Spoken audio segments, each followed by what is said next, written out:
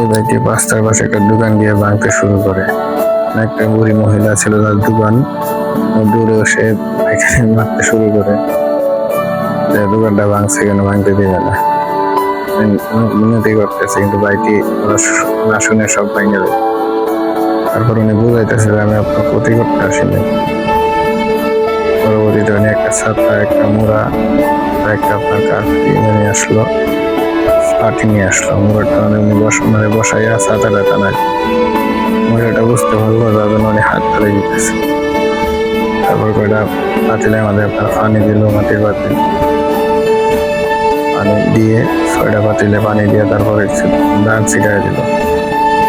তার জন্য আপনার কিছু অনেক কবুতর এসে খাওয়া শুরু করলো।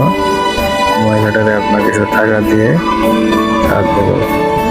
এভাবে সাহায্য করা উচিত মানুষকে, যাতে একেবারে সমস্যার সমাধান হয়। মানুষ যেখানে সাহায্য করা উচিত কোনোভাবে।